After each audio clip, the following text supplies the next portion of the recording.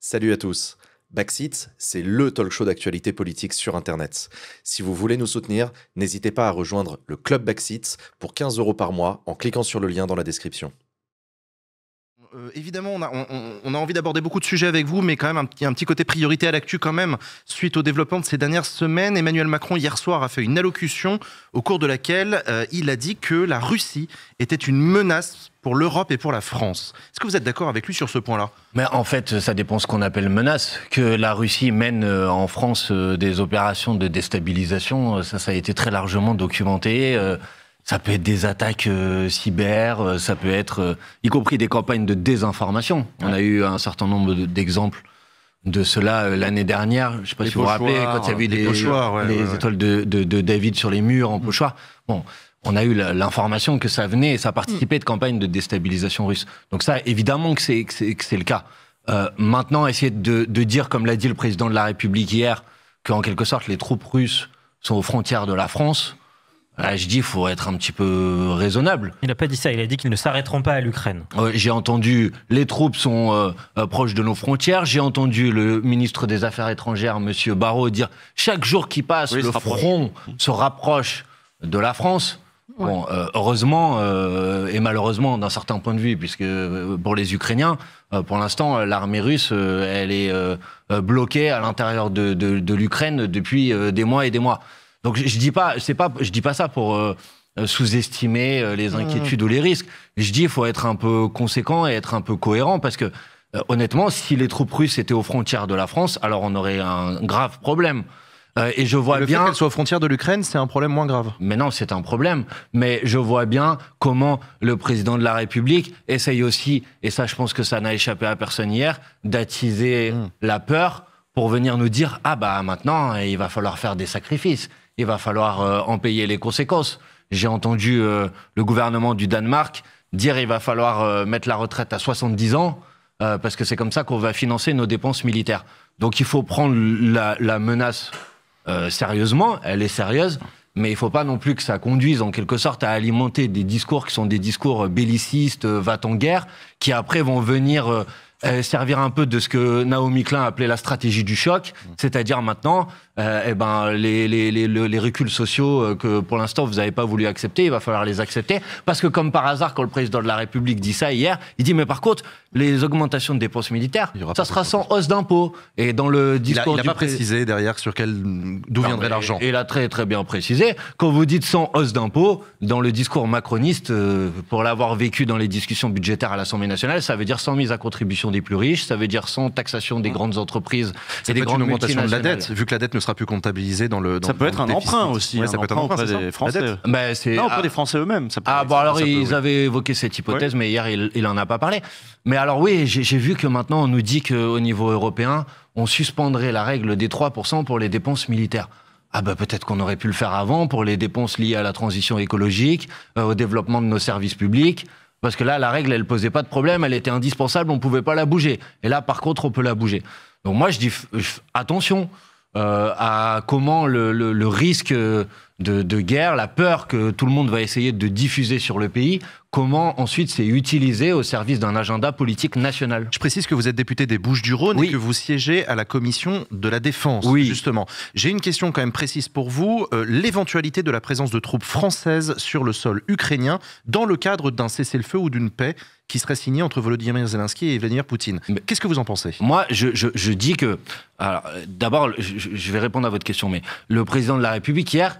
Et c'est bizarre quand même dans son intervention, on n'a quasiment pas parlé de l'Ukraine en l'occurrence, quelles seraient les conditions de la paix en Ukraine. Si on veut une paix, et moi je suis pour qu'il y ait une paix le plus rapidement possible, qui soit juste et durable, il faut fournir des garanties de sécurité.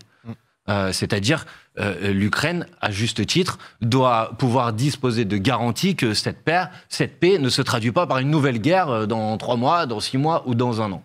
Donc il faut déterminer quelles sont ces garanties de sécurité. Donc l'idée qu'il puisse y avoir des troupes au sol comme garantie de sécurité, c'est pas une idée que je trouve a priori absurde. Le problème, c'est dans quel cadre. Or, si ça doit être des troupes françaises ou des troupes franco-britanniques, alors moi, je suis pas d'accord. Si par contre on dit on va construire une résolution de l'Organisation des Nations Unies pour garantir la paix et qu'il y a des casques bleus qui sont là pour vérifier que l'accord de paix est effectivement respecté, alors je dis pourquoi pas. Et vous pensez mais que il faut que ça soit sous mandat de l'ONU. Parce que à l'ONU, rappelons-le pour le dire, mais la Russie a un droit de veto. Bah oui, mais précisément si vous êtes dans le cadre d'un accord de paix, c'est donc un accord de paix qui est accepté par la Russie et par l'Ukraine. Vous avez vu la réaction de Poutine aujourd'hui. J'ai bien vu, ça m'a pas échappé. Donc a priori, l'option dont vous parlez, c'est déjà mort. Mais donc il n'y aura pas de paix. Enfin, je veux dire, on se pose dans le scénario dans lequel on arrive, et ça doit quand même être, à mon avis, notre objectif, à créer les conditions, parce que l'objectif, c'est que la guerre s'arrête le plus rapidement possible, quand même. Si l'objectif, et si on est dans le cadre d'un accord de paix, ça veut dire qu'on a convaincu les différents belligérants de s'asseoir à la table des négociations et de signer un accord de paix. Si on arrive à signer un accord de paix, alors je dis pas que c'est facile, mais je pense qu'il faut essayer de faire intervenir l'ONU comme puissance en charge du respect de cet accord de paix. Jules ? Je voudrais qu'on revienne sur la question des avoirs qui se posent en ce moment et qui est assez étonnante parce que pendant longtemps, alors les avoirs russes, tu peux préciser, ouais. Voilà, c'est ça. C'est-à-dire que au début de la guerre, il y avait de l'argent en Europe qui était de l'argent russe, de fonds souverains russes comme d'oligarques. Il y a les deux qui existent.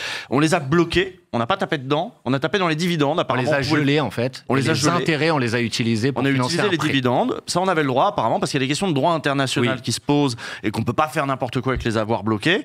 Mais là, en ce moment, voilà, des pays ont pris position pour dire non, maintenant il faut qu'on tape dedans pour aider l'Ukraine ou même à la reconstruction de l'Ukraine, c'est-à-dire en gros les Russes vont payer pour leurs dégâts. Gabriel Attal qui était contre avant, maintenant est pour. Alors deux questions. D'abord, et la France insoumise est contre en l'occurrence. Alors et je vous ai entendu, je crois que c'était ce matin chez Apolline de Malherbe. Expliquer que bon quand même. Alors vous voyez pourquoi il faudrait pas que. Alors parce que la question elle est un peu technique parce que le droit international, la règle voudrait qu'on fasse pas ça pour pas déstabiliser l'économie mondiale. C'est-à-dire si on commence à se dire l'argent quand il est là, on sait jamais, ça peut être bloqué. Les marchés n'aiment pas ça. Les marchés n'aiment pas qu'on puisse que voilà. Donc normalement la règle c'est qu'on fait pas ça. Mais là, apparemment, on essaie de trouver comment contourner le truc. Et moi, je dirais que j'étais assez étonné de me dire, la France insoumise, normalement, ils s'en foutent de la stabilité des marchés mondiaux, de ceux qui ont beaucoup d'argent, qui veulent qu'ils soient en sécurité dans les banques. Vous avez une approche plus politique de l'économie. Et donc, quelle est cette position? Ça vient d'où? Pourquoi vous pensez qu'Attal a changé d'avis sur cette question? Et pourquoi vous défendez le fait qu'il ne faut pas déstabiliser la Russie de cette façon, en tout cas? Alors attendez, moi, ni les marchés internationaux. Je vais préciser mon point de vue et le point de vue de la France insoumise sur ce sujet, parce que j'ai lu et entendu beaucoup de choses depuis quelques jours. Bon, premièrement, vous l'avez dit, il y a aujourd'hui des mesures de gel qui ont été prises, de gel des avoirs. Les avoirs, il y en a deux types. Il y a en fait, l'essentiel des avoirs qui sont positionnés en Europe, c'est la Banque centrale russe. Et ensuite, il y a des avoirs des oligarques, des personnes proches du régime, etc. Tous ces avoirs-là, ils ont été gelés. Et moi, j'étais tout à fait favorable au gel de ces avoirs, évidemment. Ensuite, il y a la question de savoir si on peut les confisquer. C'est pas la même chose. C'est-à-dire, on s'emparer de l'argent et l'utiliser pour faire quelque chose. Bon. Moi, en ce qui concerne le gel ou la confiscation des avoirs des oligarques, moi, j'ai aucune difficulté. Il faut juste qu'on trouve la base légale pour le faire, parce que pour l'instant, après on peut décider qu'on fait ce qu'on veut, mais pour l'instant, par exemple, le Canada a essayé il y a quelques mois de faire adopter une proposition de loi pour faciliter la base légale pour les saisir, et pour l'instant, ils n'ont pas réussi. C'est pas juste cosmétique. Ce que je suis en train de dire, c'est que si à la fin vous n'avez pas la base légale, ça veut dire que les oligarques, même si vous les aimez pas et je les aime pas, qui sont floués, ils vous attaquent devant les tribunaux et ils vous font payer des pénalités financières qui parfois peuvent être plus chères que ce que vous avez saisi. Donc, il faut quand même faire un peu attention. D'ailleurs, qui le fait, les États un par un? Non, parce que l'argent, là, je parle des oligarques, des individus. Là, moi, sur le principe, je suis d'accord. Après, il y a un autre sujet, c'est les avoirs de la Banque centrale russe. Bon, alors c'est vrai, vous pourriez me dire, en tant qu'anticapitaliste, déséquilibrer l'économie mondiale ne devrait pas vous déranger, mais le problème, c'est qu'il faut être un peu raisonnable et réfléchir aux mesures de réciprocité, parce que nous-mêmes, la Banque centrale européenne, on a des avoirs qui sont positionnés dans un certain nombre d'autres pays. S'il n'y a plus aucune base légale à l'échelle internationale, c'est-à-dire qu'il n'y a plus de principe, il y a un principe qui s'appelle l'immunité souveraine, vous n'avez pas le droit de vous emparer des avoirs, mais alors ça veut dire que les autres peuvent faire la même chose, et pas toujours parce qu'il y a une guerre. Alors pourquoi ça fait pas peur à Gabriel Attal, ça, par exemple? Parce que je pense que Gabriel Attal, il fait de la communication. Parce que je pense que lui-même, il sait très bien que c'est extrêmement dangereux pour nous de le faire. Donc, moi, si on trouve les bases légales, franchement, c'est pas moi qui vais pleurer sur les avoirs des oligarques russes. Hein. Je dis juste, je sais pas, j'essaye d'être un peu sérieux dans les propositions que je fais. C'est assez facile de venir sur les plateaux de télévision et dire, en plus, c'est assez populaire, on va prendre l'argent des Russes pour aider les Ukrainiens. Bon, moi, si on est capable de le faire, il n'y a pas de problème. Mais si à la fin, ça se traduit par le fait que notre propre monnaie, elle se retrouve déstabilisée, je ne suis pas sûr qu'on va me féliciter pour avoir fait cette proposition. Après, vous dites aussi qu'il y a le respect du droit international. Évidemment. Et après, on va vous répondre. Mais les deux vont ensemble. Poutine s'en fout du droit international, donc nous aussi, on pourrait se sentir tout permis. C'est ce qu'on vous répond. Enfin, à quoi vous répondez quoi? Je sais pas, je propose de ne pas appliquer tout à fait cette logique dans notre société, parce que quand quelqu'un viole la loi, ça ne vous donne pas spécialement le droit de violer la loi en réponse, quoi. Parce que... Oui, d'ailleurs, c'est un principe juridique. De notre justice, quoi, c'est un principe juridique, ouais. Donc, je propose de faire attention. Par contre, il est possible, dans certaines circonstances, que si un pays viole le droit international, alors il y a des actions qui, en temps normal, sont contraires au droit international, deviennent légales du point de vue du droit international, parce qu'elles sont en réponse à une violation du droit international. Ça peut exister. En l'occurrence, c'est pas le cas de ce principe de l'immunité souveraine. Moi, j'essaie juste de faire attention à ce que les mesures qu'on veut mettre en place et que je peux partager d'un point de vue philosophique se retrouvent pas en retour de boomerang pour nous.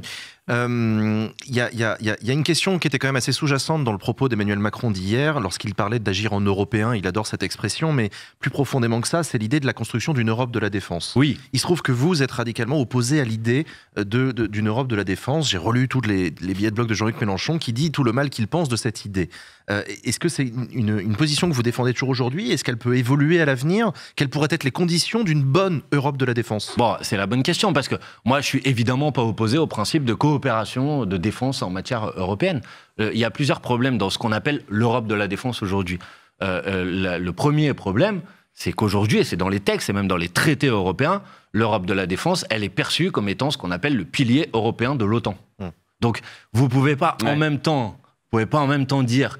je pense que tout le monde a vu l'image Trump-Zelensky et tout le monde a été saisi d'effroi face à ça. Vous pouvez pas en même temps dire, face à ça, on doit garantir notre indépendance, notre autonomie, ne pas être dépendant des Américains et construire l'Europe de la défense comme pilier européen de l'OTAN, c'est-à-dire de rester dans une alliance militaire avec les Américains. Donc si l'Europe de la défense est à l'intérieur de l'OTAN, je vois pas en quoi c'est une réponse en termes d'indépendance vis-à-vis des États-Unis. Donc la première condition, c'est que cette Europe de la défense, si on veut qu'elle puisse exister, elle doit être indépendante si les États-Unis en sortent. Ah bah si les États-Unis en sortent, il n'y a plus d'OTAN. Hein. Oui, justement, sur les ruines de l'OTAN, on peut construire une Europe de la défense. Alors ensuite, deuxième sujet, pour avoir une politique de défense commune, il faut avoir une politique extérieure commune. Ouais. Bon, la défense, c'est un attribut de la souveraineté et ça doit répondre à des objectifs que vous déterminez. Bon, après, moi, je suis pas sûr qu'on ait des fonctions de haut représentant pour les affaires extérieures au niveau européen, quand même. Vous avez raison, mais vous avez l'impression qu'honnêtement, il y a une politique extérieure commune européenne aujourd'hui sur les grandes questions internationales. Vous parliez tout à l'heure, avant que j'arrive, de la situation à Gaza. Vous avez l'impression que tous les Européens parlent d'une même voix sur ce sujet, pas moi. Vous avez envie d'avoir une politique de défense commune avec Madame Meloni et Monsieur Orban.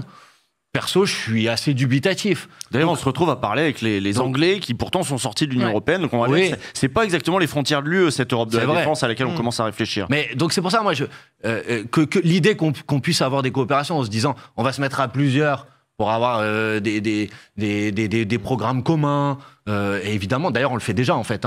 On le fait déjà en Europe, on a des programmes communs en matière de défense avec d'autres pays. Mais une Europe de la défense qui serait dans l'OTAN et qui ne serait pas accolée à des objectifs politiques communs, je pense que c'est assez chimérique. Maintenant, ça c'est le débat théorique. Et après, il y a la réalité. Parce que j'entends beaucoup de doubles discours. J'entends beaucoup de gens dire « Ah, ça y est, il y a un réveil européen d'indépendance vis-à-vis des Américains. » Est-ce que vous savez que 55% des dépenses militaires qui sont faites en Europe aujourd'hui servent à acheter des armes aux États-Unis d'Amérique? Ouais, mais je pense que si ces pays-là, c'était à refaire, ils ne le referaient pas. Ah, d'accord, mais alors... Je pense qu'ils choisiraient le Rafale et pas le F-35. Qui commencent par annuler leurs commandes, alors pourquoi ils ne le font pas? Une fois que les contrats sont engagés, c'est un peu compliqué, c'est des coopérations de très long terme. Nous, l'Australie nous a planté. Tant que les avions ne sont pas livrés, vous pouvez le faire. Non, mais amis suisses, si vous nous écoutez, c'est le moment d'annuler vos contrats. Vous voulez de l'indépendance avec les États-Unis. Quand il y a eu malheureusement la catastrophe à Mayotte, la première chose qu'on fait, c'est qu'on fait un accord avec Starlink. Ça, c'est un scandale, ça. Bon, bah oui, d'accord, mais si vous voulez parler de politique d'indépendance, il faut être un peu cohérent. J'ai pris ce matin un exemple, j'en profite pour en parler ici. Il y a une entreprise à côté de Grenoble qui s'appelle Vancorex. qui est une entreprise qui fabrique, qui est dans l'industrie de la chimie, et en particulier qui produit des produits chimiques qui sont nécessaires à notre dissuasion nucléaire. Cette entreprise-là, elle est menacée de liquidation judiciaire. Là, cet après-midi, le tribunal a donné 6 mois de délai pour trouver un repreneur. Depuis des mois et des mois, moi je me suis rendu sur place, mais il y en a d'autres qui sont rendus sur place, les salariés ils disent il faut sauver, il faut conserver la maîtrise de cet outil, on ne peut pas faire en sorte que ça ferme. Il y a des demandes de nationalisation. Le gouvernement refuse de répondre favorablement à cette demande de nationalisation. Donc moi je demande un peu de cohérence. Si vous voulez vraiment être indépendant vis-à-vis des Américains, 1, vous arrêtez d'acheter des armes aux Américains, 2, vous sauvez et vous préservez votre industrie qui vous permet d'être effectivement indépendant, sinon vous êtes hypocrite. Emilio ? Non, mais vous renvoyez beaucoup la balle dans le camp vers les libéraux, les macronistes, etc. C'est le président de la République. Je sais, bien, mais justement, la gauche demain au pouvoir, avec qui elle nourrait des alliances de coopération. Ça veut dire quoi des coopérations militaires? C'est quoi dans votre tête? Il y a déjà des coopérations de programmes communs, par exemple, un programme commun pour construire ensemble un char, pour construire ensemble... Et donc, c'est des programmes dans lesquels on mutualise nos efforts de défense. Mais donc, et après, une réindustrialisation militaire, ça vous parle? Moi, d'abord, que les choses soient claires, je pense que l'économie... je suis pas fan de l'économie de la guerre, quoi. Je préfère l'économie de la paix. L'économie doit être en mesure de répondre à nos besoins fondamentaux. Parmi nos besoins fondamentaux, il y a la nécessité de pouvoir se défendre. Ça participe de nos besoins fondamentaux. Donc évidemment que moi je suis pour qu'on ait une industrie qui nous permet de manière souveraine de garantir nos capacités de défense. Bien sûr que je suis pour. Ce qui n'empêche pas par ailleurs ensuite d'avoir des objectifs. Par exemple, quand je défends Vocorex, il y a des gens qui me disent « Oui, mais il faut le désarmement nucléaire ». Je dis on peut se fixer un objectif de désarmement nucléaire multilatéral, mais en attendant, il vaut mieux maîtriser complètement la chaîne de notre dissuasion. Donc pour vous répondre, évidemment que moi je suis pour qu'on ait une industrie en France qui nous permette d'être indépendants dans notre capacité à produire les matériels de défense dont on a besoin. Jules ? Tout à l'heure, je parlais de qu'est-ce qui nous singularise, nous, les sociétés, les différentes sociétés européennes.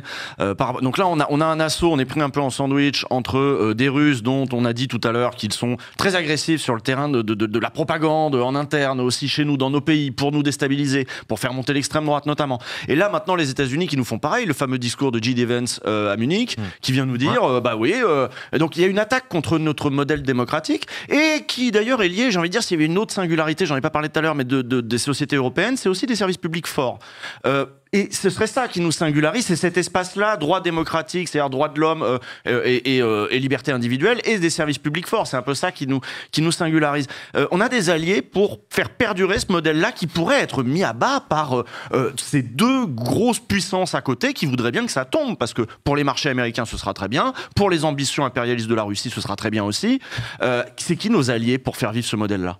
D'abord, moi, je suis favorable à un positionnement en matière de politique extérieure qu'on a appelé, nous, le non-alignement, c'est-à-dire l'idée de dire on n'est pas aligné sur les intérêts des Américains, je crois que je l'ai suffisamment démontré, mais c'est pas pour ça qu'on est aligné sur les intérêts de telle ou telle autre puissance. Non, mais précisément non. Si on est non aligné, ça nous permet de discuter avec plein de gens et pas d'être dans une logique de bloc contre bloc. Il peut y avoir des alliés aujourd'hui, mais chacun aura ses intérêts, chacun aura ses objectifs, mais il peut y avoir des alliés dans un certain nombre de pays. On peut jouer la Chine ? Mais la Chine, elle a aussi ses défauts, mais il faut discuter avec la Chine. Il faut discuter avec ce qu'on appelle les pays des BRICS. Il faut qu'on parle avec le Brésil, il faut qu'on parle avec ce que certains appellent, je ne sais pas si c'est la bonne expression, le Sud global. Oui. Et il faut sortir de la logique d'être lié comme ça à un pseudo-bloc occidental dont tout le monde a sous les yeux maintenant à quel point, du point de vue de nos principes, nos valeurs démocratiques, on est quand même confronté à une très grande difficulté. Parce qu'on a parlé des difficultés et des menaces que peut faire peser la Russie. Mais quand Trump dit qu'il va envahir le Groenland, je rappelle que ça participe du territoire de l'Union européenne, à tout hasard, le Groenland. Donc c'est aussi un risque et une menace. Donc moi, je suis évidemment pour qu'on fasse vivre notre modèle. Et c'est aussi la raison pour laquelle je dis attention, ça peut pas être l'économie de guerre, la course à l'armement ou l'émergence de l'Europe, en quelque sorte, comme un empire face aux deux autres empires. Parce que sinon, je pense qu'on abandonne les valeurs qui sont les nôtres. On pourrait continuer à discuter de ce sujet-là qui est absolument passionnant. Et on continuera à le faire, mais on voulait aussi aborder avec vous l'état de la gauche française. Parlons-en, allons-y. Moi, j'avais une transition toute trouvée. C'était quoi ta transition, Léa ? Les réactions n'étaient pas tout à fait unanimes dans le camp de la gauche par rapport à la prise de parole d'Emmanuel Macron hier soir. Il y a eu quelques discussions, disons, notamment sur les réseaux sociaux entre le PS, entre vous, etc.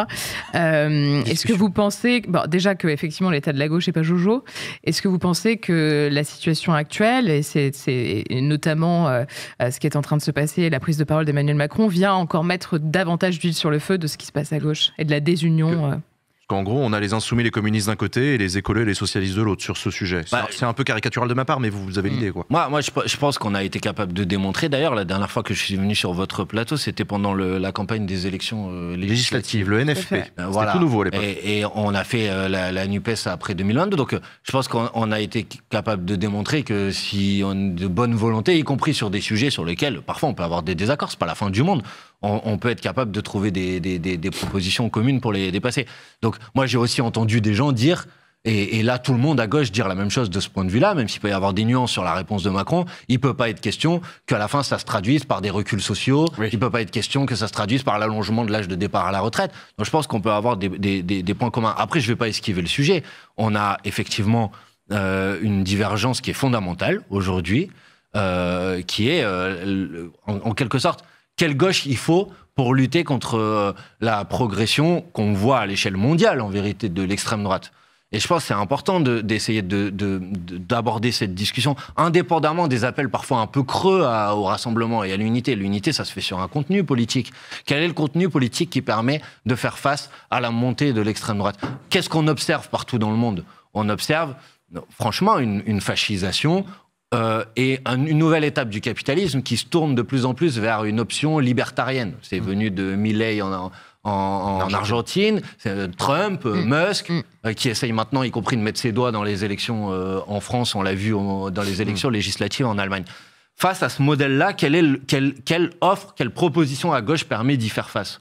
Moi, ma conviction, et c'est pas juste une conviction, c'est aussi sur la base des analyses des différentes élections qui ont pu avoir lieu, par exemple en Allemagne, c'est que la gauche, elle peut faire face si elle est radicalement antifasciste, radicalement antiraciste, radicalement écologiste, de rupture d'un point de vue économique et social, et pas dans l'accompagnement ou dans l'ambiguïté dans son rapport au libéralisme et au macronisme. Et ça, c'est un point de divergence. Aujourd'hui, vous considérez notamment que les socialistes sont dans l'ambiguïté vis-à-vis du libéralisme. Écoutez, c'est pas moi qui ai décidé de laisser le gouvernement de M. Bayrou en place, mais quand vous laissez en place un gouvernement qui va mettre en place le budget le plus austéritaire de ces 30 dernières années, dans lequel vous avez un ministre de l'Intérieur qui s'appelle M. Retailleau, dont on peut dire quand même, sans trop se tromper, que ces options politiques dérivent très largement vers l'extrême droite, pardonnez-moi, oui, je pense que c'est une faute qui est une faute grave. Donc vous l'avez...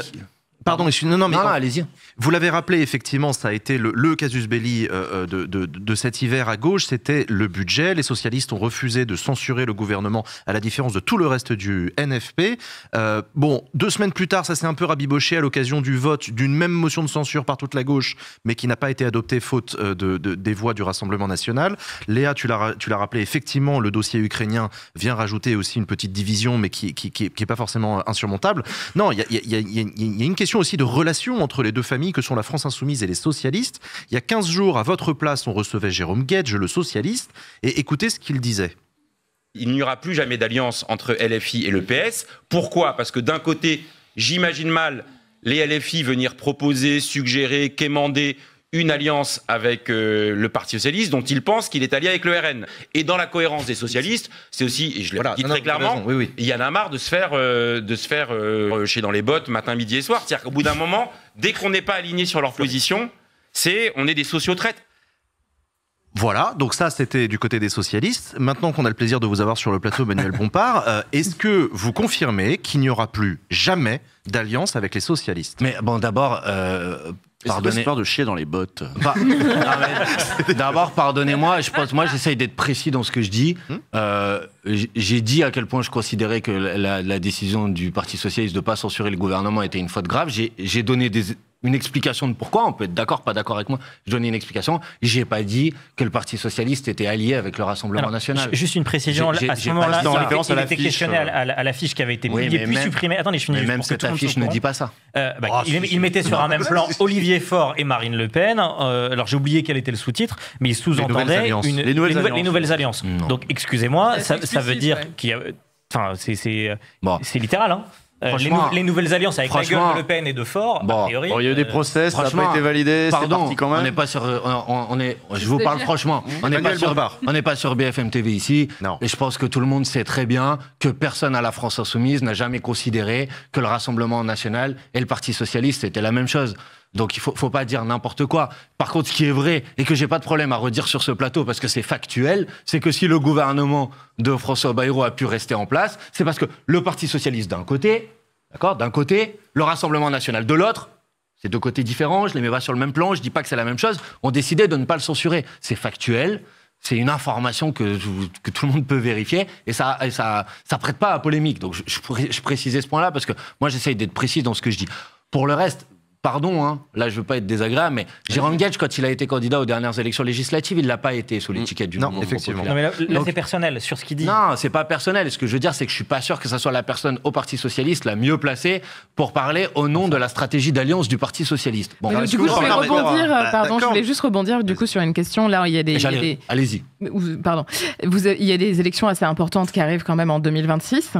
Est-ce que vous imaginez dans certaines communes faire des alliances? Est-ce qu'il y a déjà des discussions qui sont en cours avec les autres partis de gauche? Mais il peut y avoir évidemment des alliances aux élections municipales. Est-ce qu'il y a des discussions? Il y a localement des discussions. Ouais. Nous-mêmes, je peux vous dire... par exemple? Non, mais nous, on a adopté une orientation au niveau de la France Insoumise, dans laquelle on a même proposé qu'il puisse y avoir des discussions nationales. Bon, pour l'instant, on se confronte à des refus de discuter des autres formations politiques, à l'exception des écologistes qui nous ont dit qu'ils étaient d'accord pour qu'on puisse avoir une discussion sur ce sujet.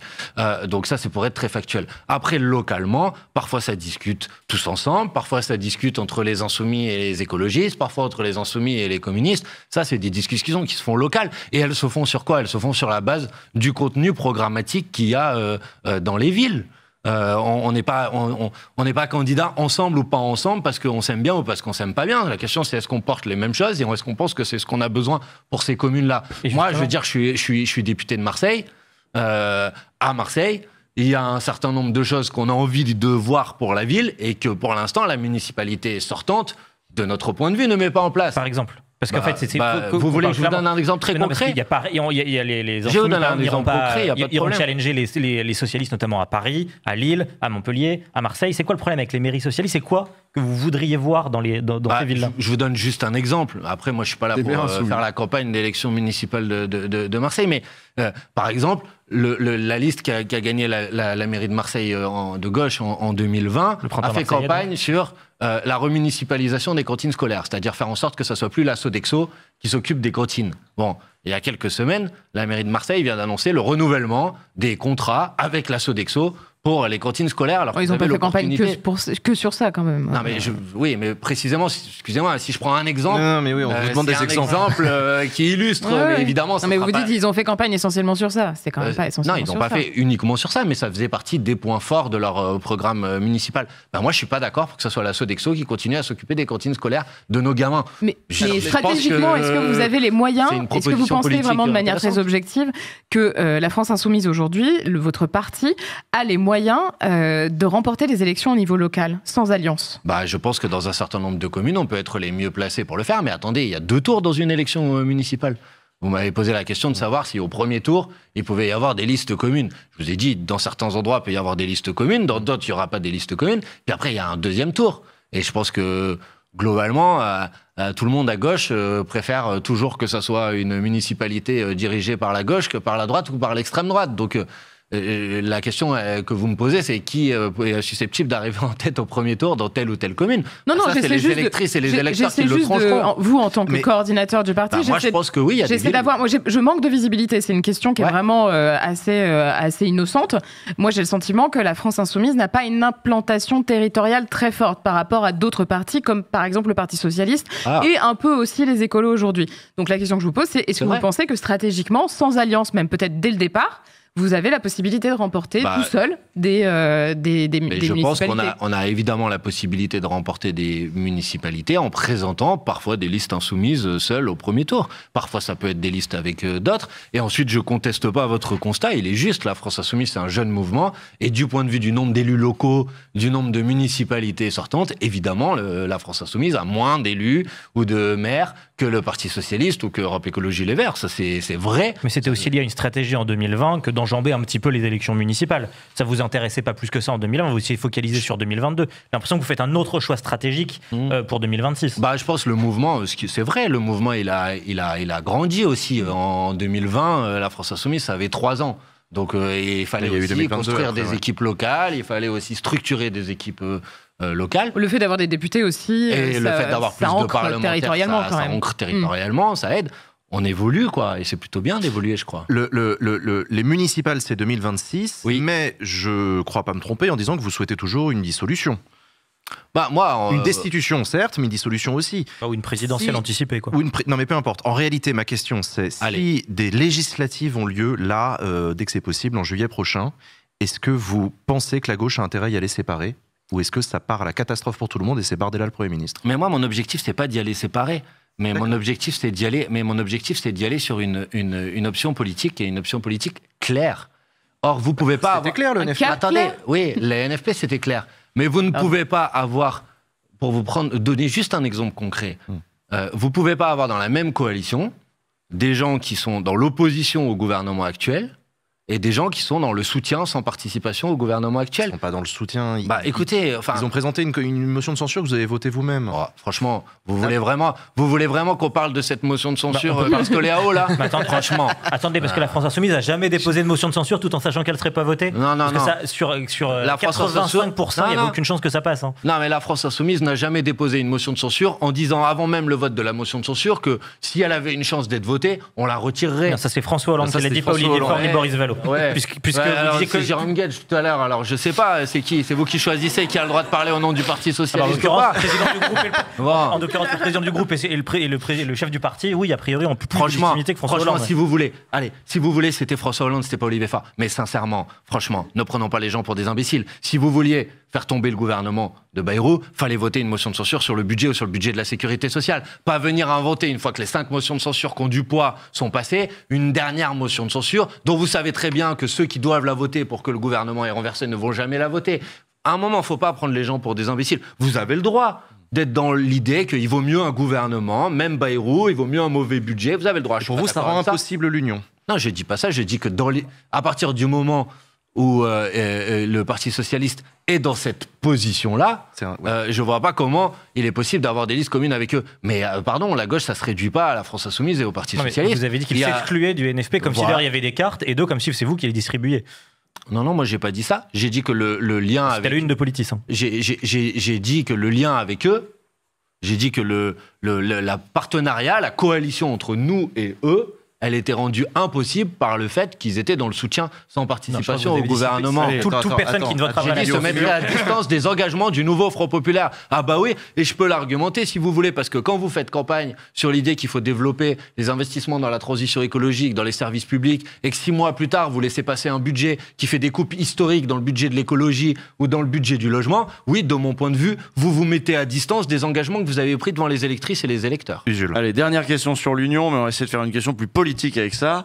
On avait. Mais non, pardon, ça veut dire que ce soit pas. Qu'est-ce qu'on fait nous depuis tout à l'heure ? Machin, il a dit ça. Du gala ou viens remonter le niveau, je t'en supplie, vas-y. Non, mais on a l'extrême droite en effet qui est très très forte et c'est ce qui avait été le ferment aussi de l'Union au pied du mur quoi, du NFP la dernière fois. Bardella Premier ministre certainement pas. Et là on oublie tout ça d'un coup. Et là d'un coup évidemment même les socialistes ils reparlent avec tout le monde et puis la FI parle aux socialistes. Et on se redirige sans doute aussi vers une situation dans laquelle de toute façon la situation politique va imposer l'alliance d'elle-même ou presque.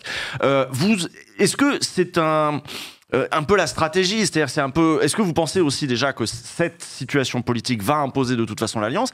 Et ensuite, il y a une manif. Vous avez prévu une manif le 22 mars, une manif antiraciste, une manif contre l'extrême droite. Est-ce que toute la gauche y sera ? Est-ce qu'il y a des discussions pour que toute la gauche y soit ? Est-ce que ce front antiraciste et antifasciste peut être le ferment à nouveau, peut être la base solide d'une union de la gauche? On oublie un peu les petits différends. Bah moi, je souhaite en tout cas que ça soit la base et le ferment d'une union la plus large possible avec ceux qui ont envie de se retrouver dans cette union. Maintenant, pourquoi il y a cette manifestation du 22 mars ? Et qui appelle ? D'abord, l'idée de cette manifestation du 22 mars, c'est parce que le 21 mars, c'est une journée mondiale contre l'élimination de la haine raciale dans le monde. Et donc, le 22 mars, il y a une manifestation à l'appel d'abord de 200 associations, syndicats, collectifs qui appellent à cette manifestation. Et nous, les Insoumis, nous appelons à participer à cette manifestation, à la rejoindre, parce qu'on considère que dans le contexte qu'on vit à l'échelle mondiale, j'en ai parlé tout à l'heure, mais y compris quand même en France depuis plusieurs jours, parce que, pardon, je ne veux pas être long, mais je rappelle que ces derniers jours en France,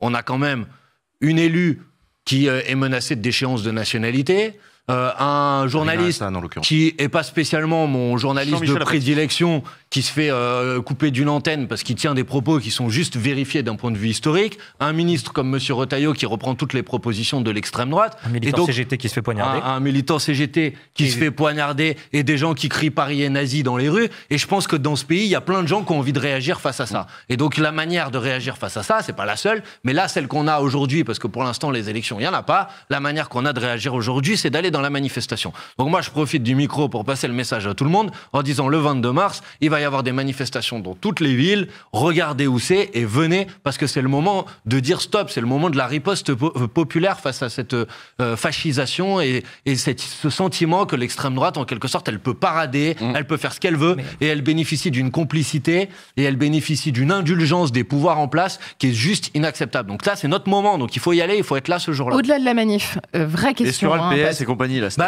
Pardon, moi je peux pas répondre à leur place. Oui. La manifestation, elle est ouverte à tous ceux qui ont envie d'y participer. Maintenant, c'est eux qui décideront s'ils ont envie d'y participer ou pas. Au-delà de la manif, vous parlez d'une riposte contre l'extrême droite. Qu'est-ce que vous organisez en plus ? On fait plein de choses contre l'extrême droite. On mène en ce moment autour d'un livre qui a été publié par l'Institut La Boétie, qui est l'institut de réflexion avec lequel travaille la France Insoumise, qui vient de publier un livre justement sur comment lutter contre l'extrême droite. On organise des conférences partout en France sur le sujet. On a, je vais parler de choses qui peuvent vous paraître peut-être un peu petites, mais quand on est militant, on utilise les moyens qu'on a à notre disposition. On a des campagnes de tract, d'affichage pour dénoncer l'imposture du Rassemblement national, pour montrer que ces gens-là, ils viennent au moment des élections en essayant de se faire passer comme les alliés des catégories populaires, et qu'une fois qu'ils arrivent au pouvoir, on l'a vu dans la séquence budgétaire, ils votent avec les macronistes contre tout ce qui va contribuer, par exemple, à augmenter les impôts des plus riches ou des grandes multinationales, que, en quelque sorte, ils sont des hypocrites, des gens qui sont là pour tromper, et on essaye de faire cette démonstration. Et tous ceux qui sont... Et je sais qu'il y en a d'autres, on n'est pas les seuls à essayer de le faire, et je pense qu'on a besoin de faire ce travail d'explication. On a besoin de riposte, et on a besoin de désenfumage. Et je pense que les deux vont ensemble. Et si on veut les empêcher, et ça, moi, c'est vraiment très important pour moi, si on veut leur empêcher d'arriver au pouvoir, on doit proposer une option politique, et une option politique alternative. Parce que si votre option politique, elle donne l'impression d'être une option politique qui participe globalement du système, et ben alors, à la fin, les gens ils se disent on a le choix entre laisser les mêmes au pouvoir ou voter pour la seule alternative qui est celle de l'extrême droite. Et c'est la raison pour laquelle on ne peut pas être en ambiguïté dans le rapport au macronisme. Parce que si on est en ambiguïté dans le rapport au macronisme, on aide l'extrême droite à s'emparer du pouvoir. Voilà ce que je pense. C'est pas un problème de j'aime pas les uns ou j'aime pas les autres. C'est pas un problème de je suis trop méchant avec le Parti socialiste, etc. Mon problème, c'est que si notre option politique, elle n'est pas clairement identifiée, clairement viable comme étant une option politique alternative au pouvoir en place, alors on s'empêche de gagner. Et ça, je pense que c'est quand même important. Il y a eu les élections en Allemagne récemment. C'était une grande coalition droite, socialistes, libéraux qui gouvernaient, dirigés par les socialistes. Le Parti socialiste allemand, il vient de faire le pire score de son histoire depuis qu'il existe. Et l'extrême droite, l'AfD, a fait plus de 20%. Et les seuls qui ont progressé à gauche, c'est nos amis de Die Linke. Et pourquoi ils ont progressé, tout le monde le dira, parce qu'ils ont eu la jeunesse, ils ont eu les quartiers populaires, et parce qu'ils l'ont fait sur une ligne de rupture d'un point de vue social, et sur une ligne antiraciste et antifasciste. Mais moi, je tire ces enseignements, et je me dis c'est la même chose qu'on doit faire en France. Alors justement, vous parlez des socialistes allemands, je voudrais vous reparler des socialistes français, parce qu'ils vont tenir un congrès au mois de juin prochain. C'est-à-dire c'est un moment où les militants votent pour choisir les dirigeants du parti et les orientations politiques du parti. Et on sait aujourd'hui que le PS est divisé en deux, entre une ligne qui est celle de l'actuel premier secrétaire Olivier Faure, plutôt favorable à une union avec les Insoumis qui a eu lieu à 2 reprises, la NUPES plus le NFP, et ses opposants en interne qui sont plutôt favorables à une séparation la plus nette possible entre le Parti socialiste et le NFP. Nicolas Maillard-Rossignol, candidat contre Olivier Faure, a même déclaré, il a dit entre Glucksmann et Bompard, il faut choisir. Alors je ne vous demande pas entre lesquels des deux vous choisissez. Par contre, je vous demande si vous êtes d'accord pour dire que ce congrès du PS va être un moment un peu important quand même pour l'avenir de la gauche. Vous m'auriez posé la question il y a 6 mois, je vous aurais dit oui. je réponds de manière tout à fait honnête et transparente, j'ai eu l'impression ces derniers mois que l'orientation du Parti socialiste et d'Olivier Faure en particulier, malheureusement, se rapprochait, de mon point de vue un peu trop, de l'orientation politique de ceux qui étaient initialement ses opposants. Puisque dans les dernières déclarations, j'ai l'impression qu'il reprend un peu à son compte l'idée que de toute façon, on ne peut pas travailler avec les insoumis. Voilà, ça c'est la première chose que je veux dire. La deuxième, c'est franchement, pour le bien de tout le monde, je pense qu'il est mieux que je prenne pas parti dans le progrès du Parti socialiste. Parce que non, mais si, quand même. Je vais vous dire pourquoi. Je vais vous dire pourquoi. C'est parce que si je dis que je soutiens l'un, mais alors les autres, ils vont tout de suite l'utiliser pour dire regardez, la preuve qu'il faut pas voter pour lui, c'est parce que je soutiens l'un. Mais pourquoi vous soutenez pas celui que vous voulez pas Vous soutenez Nicolas Maillard-Rossignol, je le savais. Vous êtes malin, vous. Si vous êtes si radioactif que ça au PS, servez-vous. Non, moi je pense qu'ils vont faire, ils ont leur moment, et ils choisiront les orientations qui sont les leurs, et en fonction des orientations qu'ils auront choisies, on verra quelles conséquences ça aura sur la suite. C'est quand le prochain congrès des LFI ? À la France Insoumise, il n'y a pas de congrès. À la France Insoumise, il y a ce qu'on appelle des assemblées représentatives. Parce que ça vous fait rire, mais peut-être que vous ne le savez pas d'ailleurs. Et la dernière, elle a eu lieu au mois de décembre. C'est là que vous avez mis à jour votre programme d'ailleurs. On a mis à jour notre programme un petit peu après, au mois de janvier. Mais par contre, au moment de notre assemblée représentative, on a adopté un texte d'orientation sur les municipales, sur les présidentielles, sur les législatives. Et contrairement à ce que j'entends parfois à la télévision, ce texte, il a été travaillé par tous les groupes locaux de la France Insoumise. Il y en a plus de 2000 sur l'ensemble du territoire national. Et ensuite, il a été soumis au vote sur la plateforme de la France Insoumise et il a été voté à 93%. Voilà. Donc pour ceux qui disent qu'à la France Insoumise, il n'y aurait pas de moment où on peut discuter collectivement, de moment de validation de nos orientations, c'est complètement faux. Mais c'est pas parce qu'on fonctionne pas de la même manière que les autres, parce que nous, on fait pas des congrès tous les 3 ans, on fait des assemblées représentatives tous les 6 mois. C'est la méthode d'organisation collective qu'on a choisie. On a le droit de pas être d'accord avec, mais elle n'est pas moins valable que celle des autres. De mon point de vue, elle est même un peu meilleure. Mais les militants ne choisissent pas leurs dirigeants, si je ne m'abuse. Il n'y a pas de vote pour les différents... Ils le font secteur par secteur. Ils ne vous ont pas élus, par exemple. Ils le font secteur par secteur, dans une coordination. Et cette coordination, ensuite, elle choisit en son sein son coordinateur ou sa coordinatrice. C'est comme ça qu'on a fonctionné pour le renouvellement de notre direction. La dernière fois, c'était en 2022. Voilà, pour être tout à fait explicite. Et si vous êtes très intéressé par la France Insoumise et son fonctionnement, vous pouvez aller sur le site de la France Insoumise et tout est expliqué. C'est expliquer comment vous choisirez aussi la suite de Jean-Luc Mélenchon, parce que vous voyez, si vous aviez lu le texte d'orientation dont je suis en train de vous parler, il précise exactement la manière avec laquelle la France Insoumise choisira son prochain candidat ou sa prochaine candidate à l'élection présidentielle. Par une proposition qui sera faite par la direction du mouvement à ce qu'on appelle l'intergroupe, c'est-à-dire là où il y a tous nos députés et nos députés européens. Et ensuite, cette proposition, elle sera faite à tous les insoumis qui voteront en faveur ou contre cette proposition. Donc c'est la proposition d'un seul nom ? Oui. Ah, d'accord, ok. Avec des débats qui sont transparents pour les débats entre vous au sein de la direction ou pas ? Est-ce que les militants sauront pourquoi... Mais nos débats, ils sont toujours transparents. Mais si vous avez envie de participer à nos débats, je peux juste vous inviter à rejoindre la France Insoumise, vous verrez. Mais on débat de tout, on en débat souvent, mais juste on a un mode d'organisation qui est un peu différent. Mais on cherche à comprendre. Vous ne vous sentez pas agressé ? Non, mais je ne me sens pas agressé. Pas du tout. C'est juste que... Par exemple, vous me posez une question, elle est dans notre texte d'orientation. Et ce texte d'orientation, il est public, il a été adopté au mois de décembre. Donc, c'est pas du tout que je me sens agressé, j'essaye de vous informer. Mais on vous donne juste l'occasion. En réalité, on en a déjà discuté à l'Assemblée, c'était pour informer les viewers. On vous donne juste l'occasion, effectivement, d'expliquer les choses. Non, mais pas de problème, je les explique avec grand plaisir. Donc, ce sera un vote plébiscitaire pour le futur ou la future candidate pour l'élection présidentielle. C'est notre modalité de choix de notre futur candidat ou candidate à l'élection pour une dernière question. Vas-y, Jules. Ouais.